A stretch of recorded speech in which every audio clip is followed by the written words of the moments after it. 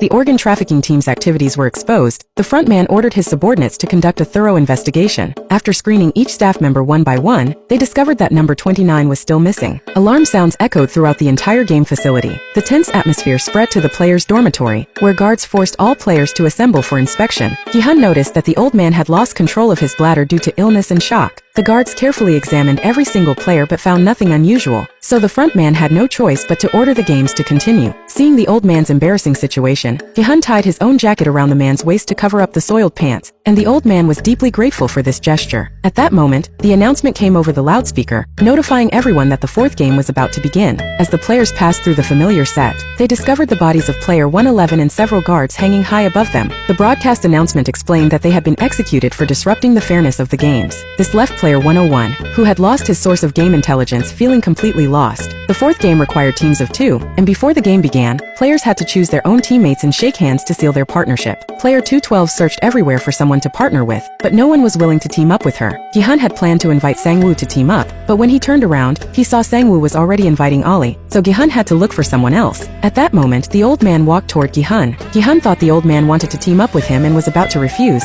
but the old man simply took off his own jacket and handed it to Gi-hun, telling him to put on the jacket before looking for a partner, because without a jacket, people would look down on him. Player 240 approached Issei Bayok and invited her to team up, promising that she could guarantee Bayok would win. When Issei Bayok asked how she could make such a guarantee, Whatever it takes.